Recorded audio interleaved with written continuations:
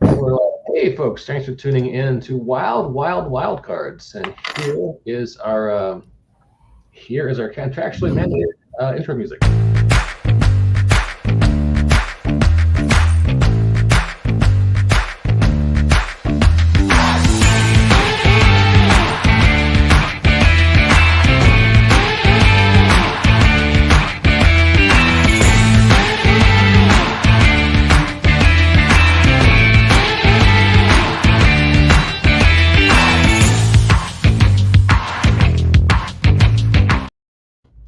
Just going with that play, and it just kept going. So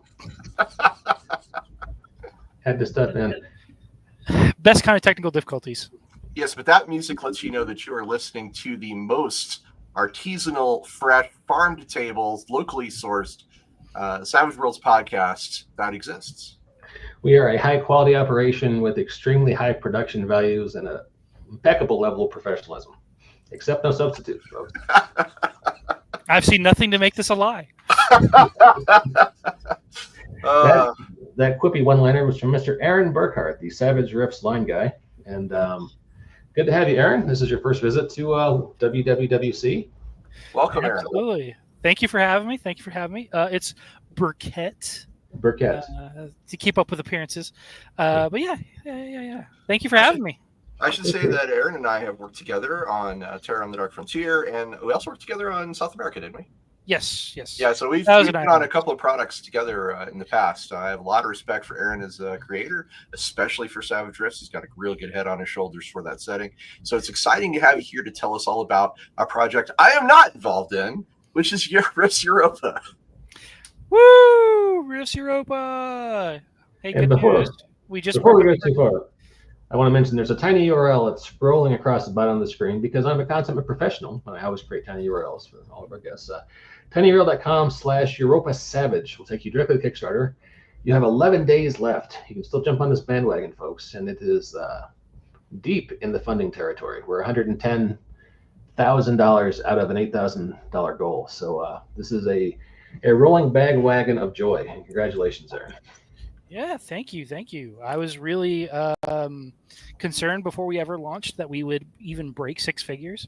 I think those are completely unfounded, but there's like jitters. I've worked on a bunch of other smaller Kickstarter projects, and like getting to 100,000 was like a big deal for those.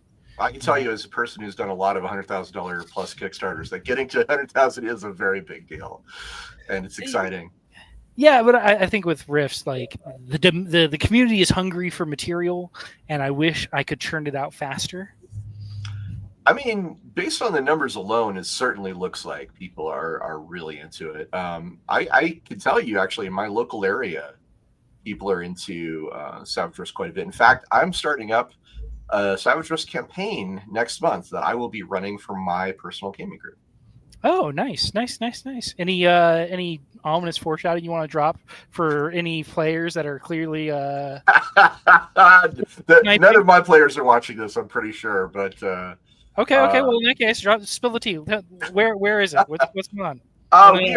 We are doing Survivors of Tolkien is kind of our overall approach, and that is people from both sides of the Tolkien conflict that have kind of come together in the aftermath and decided that they needed to work with the Tomorrow Legion, and it's going to be a lot of going up against the Coalition, which I'm pretty excited about. Oh yeah, that sounds rad. There's been a couple instances since Rifts for Savage Worlds started launched off where we've seen several coalition or former coalition veterans and stuff disgusted with the nation's behaviors during the war and like trying to figure out a better way forward. You know, Larson's Brigade is not actually an aberration. It's a template for the ways in which coalition propaganda backfires in a lot of ways. Well, the good news is we're not here today to talk about North America. I mean, we can talk about any part of Rifts Earth you want, but I do believe you're correct. We are here to talk about Europa. Before we get too deep, I do have some Savage Rifts fans' feedback that I'd like to share before I forget about it completely. So, PK Levine, he's the guy we've worked with a number of times as well. Yeah, I put a call for anybody who has questions, and Kay Levine said, if you were to hook up with a single NPC from the book, who would it be and why? And I said, well, sir, I think you should take more perspective on this. And he said, I think I'd have to go with General Rasheen. Smart, strong, honest, and Major Zaddy, whatever that is. Energy, all help. It's really about those 4 arms, row. So General Rasheen is a character from the New German Republic. And he is a 4-armed DB who is quite muscular. I can understand where he's coming from on that. He's got high mental affinity. He's a legend amongst his people. He's a river to his people. That's right. He strikes me as a gentle lover. He'd probably make you a nice fruit basket the next morning, or at least maybe cook an omelet before he went to work. We have more in this thread though. He sends you out with a gift basket like you could buy for clients for Christmas. He's got an edible arrangement right there when you wake up. Right.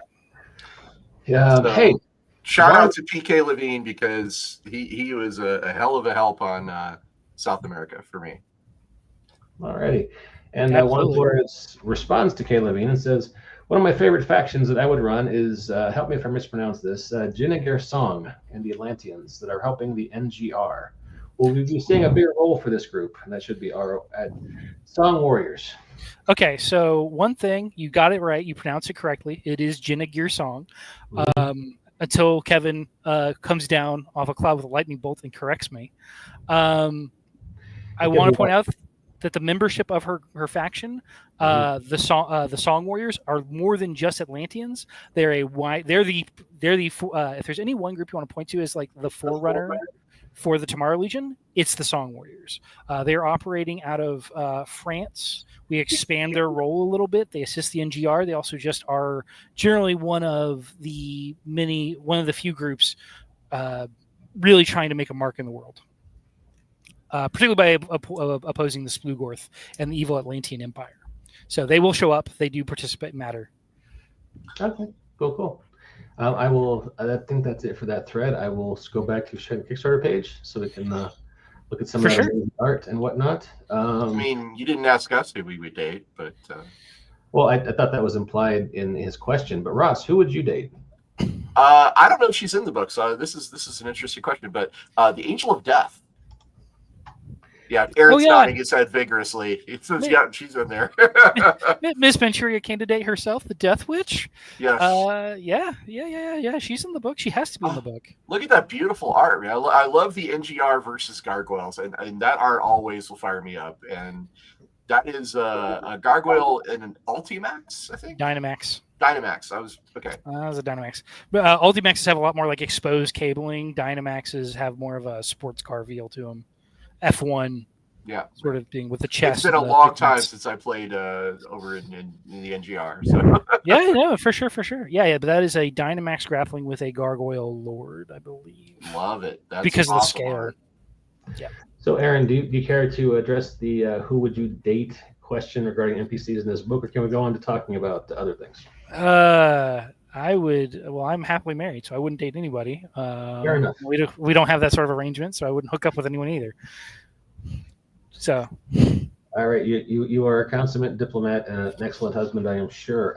So hey, let's talk about Savage Rifts Europa. Absolutely. What is happening in this book? In this book, we are. So what's happening in this book? One, we are redefining the nature of the European subcontinent, West Asia, Europe, whatever you want to call it. We're referring to it almost explicitly as Europa to capture a larger swath and also to encompass the entangled nature of trade and culture and conflict that defines the region. We're covering from the from up north in the Scandinavian Peninsula, down south to northern Egypt, and from the Russian frontier in the east, which cuts off at about the Urals, and sweeping westward all the way to the Iberian wildlands. Okay. I'm curious about Russia because I don't remember much from my late 90s or early 90s forays into Rifts. We do have this picture of a Russian warlord battling what looks like a squad of robots or cyborgs? Cyborgs. Okay, so the big thing with Russia, the Russian frontier is one of my favorites. I like South America a lot. It's very easy to tell people, talk about how cool South America is. And South America is very cool. Yeah, and the Russian frontier is a little bit weirder to describe, but they are. You know how in Rifts there's in the backstory there's the Dark Age. Mm-hmm. Russia isn't out of their Dark Age. It was delayed by 100 years of winter, and so they are still in. They're still in it. You have it's Cyborg Conan, Blood Meridian, like red westerns going off. Their big thing is cyborgs and railguns. There's not a whole lot of magical energy, but the beasts that do slip through the scant handful of rifts in Russia are incredibly nasty. And because power is so territorial control is so fractured, very few major cities. The area is mostly dominated by the capital W warlords, who are like heroic warrior figures, spoken of in myth and folklore. The way that ancient Greeks, for example, would talk about Hercules. And they're all nomadic. Nobody they don't have strongholds outside of their primary manufacturing facilities to produce cyborg body parts. Now, I do remember there is a pretty interesting magical class, or in this case, framework that was like a blacksmith, a crafter. Is that something that's part of this? Yes, the Mystic Kuznaya is one of the iconic frameworks for Europa. When we started doing up the outline, they were on the list.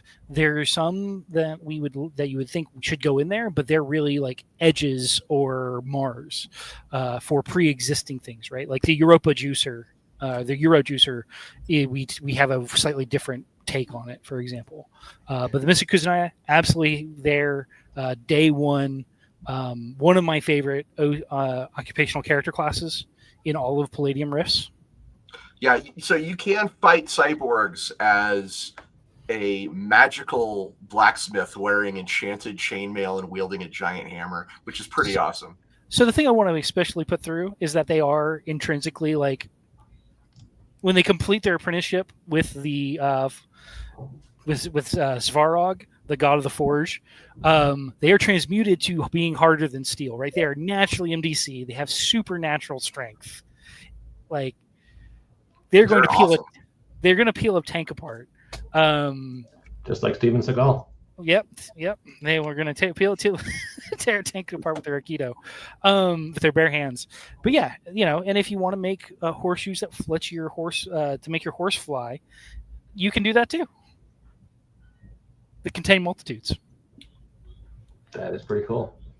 So, well, hey, let's talk about Kickstarter a little bit. Like we covered, amazing art. I just wish there was more of it. This is a cool picture of what's happening in the British Isles. Yeah. What is happening in the British Isles right now? So right now, the British Isles are, that the metaphor about the frog in the pot with the water and the slowly increasing heat? Yeah. That's what's been happening. So classically, in circa World Book 3, the British Isles is a small, home to a collection of city-states in the south, a largely unknown Fomorian menace in the north, giant twisted one-eyed giants, and like a bunch of fairies in the mix.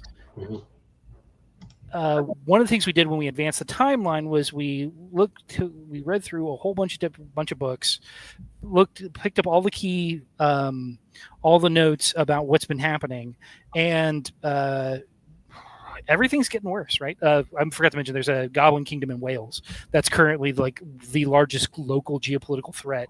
Don't forget King Arthur. Yeah, well, King Arthur's a New Camelot, right? He's distracted because he's launched a crusade into France.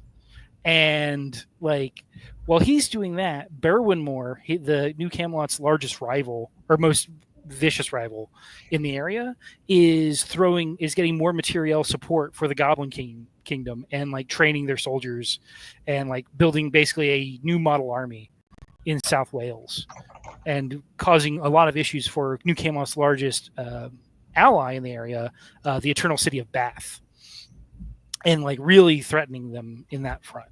Meanwhile, Berwynmore is suffering from a succession crisis because the matriarch of the family is now in her 90s. On Rifts, that's wild. And nobody gets to be that age. But yeah, she's in her 90s. She won't relinquish the throne. No one's really sure who the crown heir is. So it's getting sticky. The thing that there used to be a geomantic barrier that prevented the Fomorians from venturing further south, that's been wiped away. So the Fomorians are also starting to raid them from the north. So, which part of the book did you work on specifically? I worked on the Russian frontier, and I worked on Inhuman Empires, and I did the plot point campaign, and it's my fault that the bestiary has been split off into a second book. Congratulations. Welcome to the club. I should say, I remember basically Rifts Poland, the Kingdom of Tarnow. Was really Tarnu. Cool. Tarnu, sorry. Tarnu. Because the ruler had a philosopher's stone that he could transmute normal metal into MTC metal, and that's why they were still around and still kicking, because they had a whole military basically created by the philosopher's stone. So Tarnuv is a really good. There's a lot of things that happen that exist in Europa, are often the result of Kevin revisiting some concepts that he slapped down pretty early and refreshing them and localizing them for whatever the territory is, right? And Tarnuv is a really interesting example of a country that is very much like has a lot of similarities actually to like Kingsdale in a lot of ways, where it's kind of it's not quite a fairy tale kingdom, but it is a little bit, except for the fact that they've got this philosopher's stone that it may or may not be slowly driving the king mad.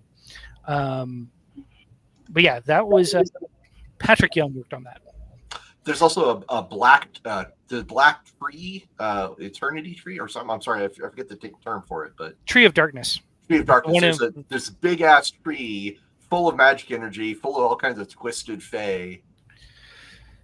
Yes, but that's not in Poland. That's in the Black Forest. So one of the things I actually find interesting is that the NGR doesn't have a lot of magical energy. It's part of why the NGR persists. In the backstory of Rifts, I'm sure you gentlemen know, and everyone who's watching may know, but in case someone actually stumbles upon this later in their podcast feed, the NGR survives the Cataclysm almost entirely intact. Their biggest issue is one of resources and refugees. Like, they suffer a refugee crisis. Part of the reason why they continue to be mostly okay is that their ley lines and nexuses they have are geographically isolated to the north, or no, sorry, not the north, the southwest corner of the country in the Black Forest. And there's a tree called the Tree of Darkness with rad art. Looks like a woman with her hands up to the sky screaming. And like, her body is every like whorl and bowl of the tree itself is a portal to to various hell dimensions, slowly dribbling monsters into the Black Forest. Which is rad as hell, I should say. Which is rad as hell. But yeah, like one of the things with Millennium Trees is that they can prevent leyline storms, and so the Millennium Tree. That was the term I was looking for. Yeah. So okay, yeah. Millennium Trees. Yeah, the Millennium Trees. What's going on with them? We don't have an answer to that. But we do have some more hints. And just is what it is. They may or may not be a manifestation of the intersection of Earth's magical layer, atmospheric layer, merging with the biosphere. It could be. It could be alien intelligences that just happen to think on incredibly long time frames. They may have just been seeds that were planted here the whole time, finally emerging when Earth's PPE surged to a high level. That's what I always loved about the Rift setting, is it all really feels like a prog rock album from the late 80s, transmuted into a tabletop RPG. I do. When someone asked me to explain, it didn't mean to. No, you're good. When someone asked me to describe Rifts, I'm like, okay, so it's like it's like 70s paperback science fiction novels, plus the Chris Claremont X-Men run, plus that King Crimson album, like all together. Nice. Little Yngwie Malmsteen in there too. Right. Well, a little bit. I'm not a big Ingve guy.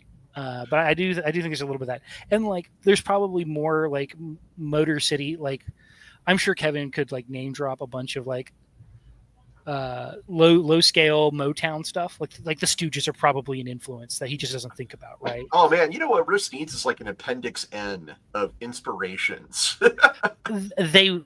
So here's the thing, right? Is I do think a lot about how appendix N's in some ways pull the curtain back and reveal that the wizard is some guy from Kansas. And like I think one of the things that makes inspiration Rifts really work is that they are born out of a particular time and place, and a lot of the stuff that inspired it is either no longer in print or is very hard to find. You can, if you get into like 90s OVAs, you can see a lot of like rhymes, right? Yeah, for sure. What's an OVA? Okay, so original. OVAs. Sorry, go ahead. No, I was just it's an animated made-for-TV movie out of Japan in the 90s. Oh, okay. When they were in a big boom, but they didn't have any sort of television network hookup. They were producing them and selling them on home video. Vampire Hunter D is a really famous OVA. Bubblegum Crisis. Yes. Appleseed. And if you look at like the NGR Jaegers, their head, that dude's head, their heads look a lot like the cyborg Riorios. That's Riorios' head ish. Yeah. The Missileer in so there's a bunch of, you can see like parallels or shaping rhymes in the shape language from a lot of this stuff. If not like, well, you know what would be cool if a Golden Age city just randomly like disappeared and reappeared and skipped all of the bad stuff. The Republic of Japan, for example. Oh God, Japan's so wild. So Gabe Knight 77 has a question: is there a lot of power creep in these new supplements? Hey Gabe, generally speaking, we actually don't do a lot of power creep from supplement to supplement. We work really hard to build on the bones of what already exists, and because of the truncated / distilled nature of Rifts for Savage Worlds, that's really easy. So like on our last stream, we talked about the Shanku. The Shanku are not more powerful than any other dragon. They are different from every other dragon, but they're not better. The Mystic Kuznai is not better than the Techno Wizard. It's just different.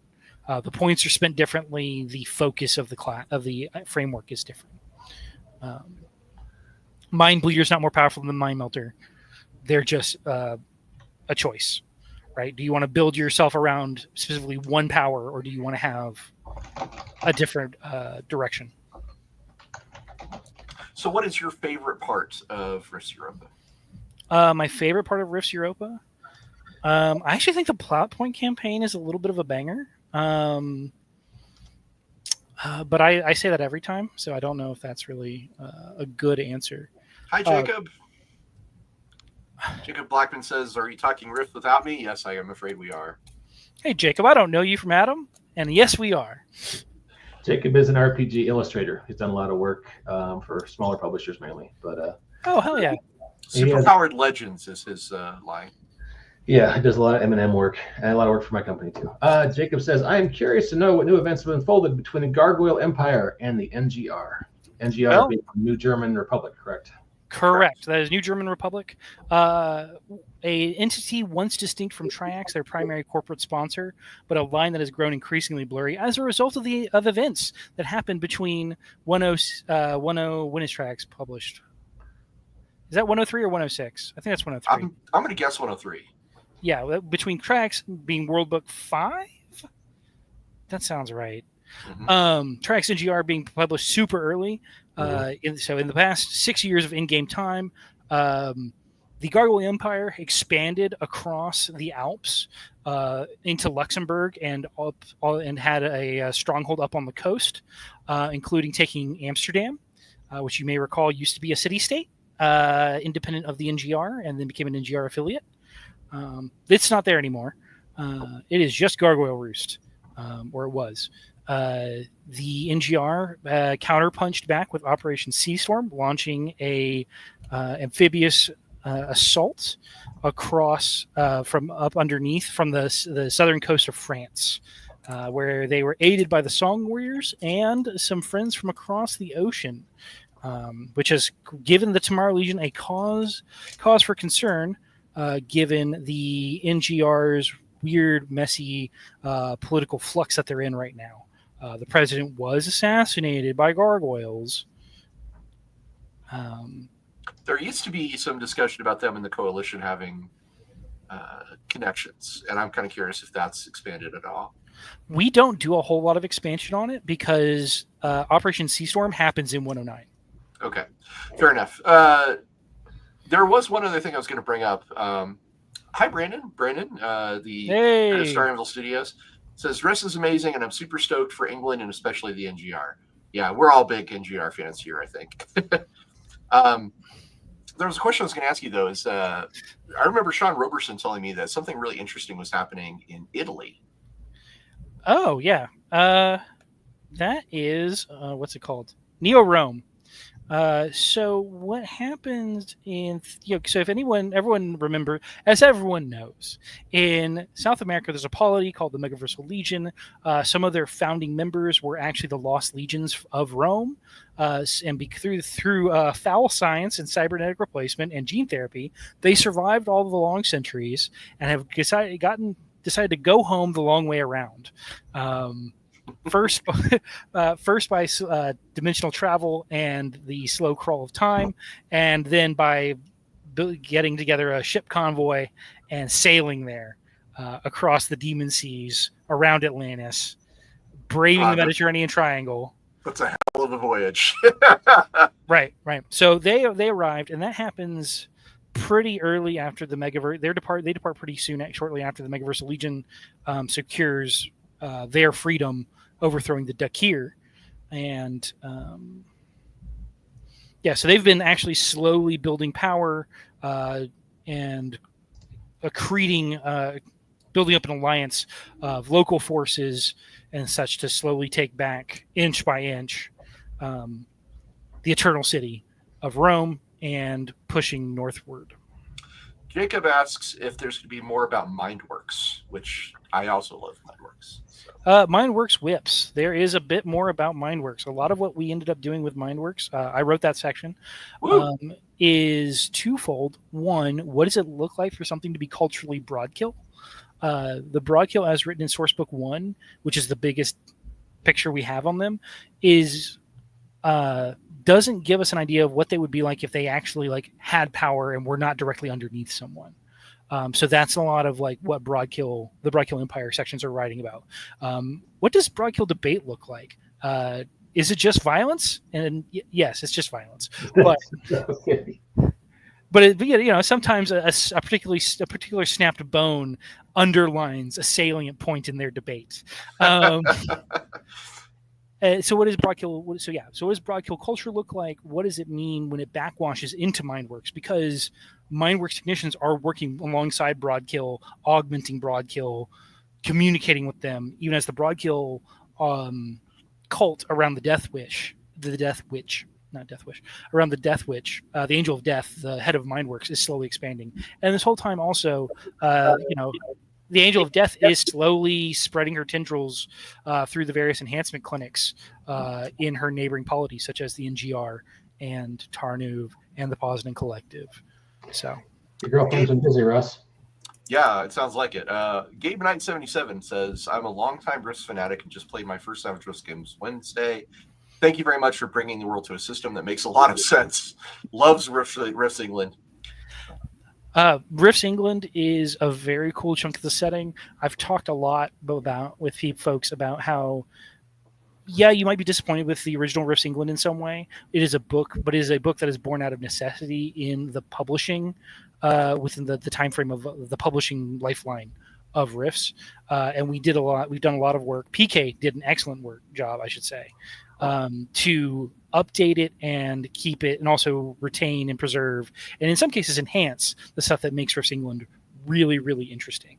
There's a strong Game of Thrones energy running through the territory now. Yes, we do touch on the Gargoyle Empire and their alliance with the Phoenix Empire, Jacob. Nile Empire's tour. Yeah, Nile Empire story. Gargoyle Empire. Emperor Zerstrun has no friendship with the Nile Empire. Would never, ever talk to those dirty pulp adventurers. Dr. Mobius would not allow it.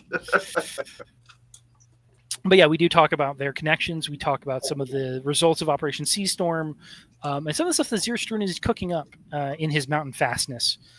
He is a planner. Not all gargoyles get an opportunity to develop a fine tactical mind the way he has. And he may or may not have something that resembles, I don't know, the Manhattan Project in the works. Well, this has been a heck of a conversation, and I am. Brandon says, I will run Europa, but the real Merlin will return and rebel against this imposter bearing his name. Yeah, for anybody who doesn't know, there is a fake Merlin. I want to point out that records from the ancient past are sketchy at best, and the earliest versions of the Arthurian myth tell us that Merlin is the child of the devil. So yeah, maybe it's not so fake. Who knows? Who knows? But, I would assume that the original historical Merlin is a shifter, is like allied with Zaz Shan. Well,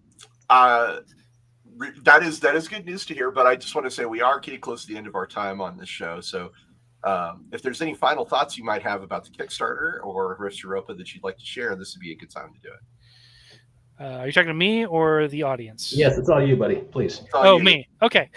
Rifts Europa is the culmination of 18 months of work. I have busted my ass to give you the best Savage Rift setting or expansion I can. We cover a lot of ground because it's all deeply enmeshed.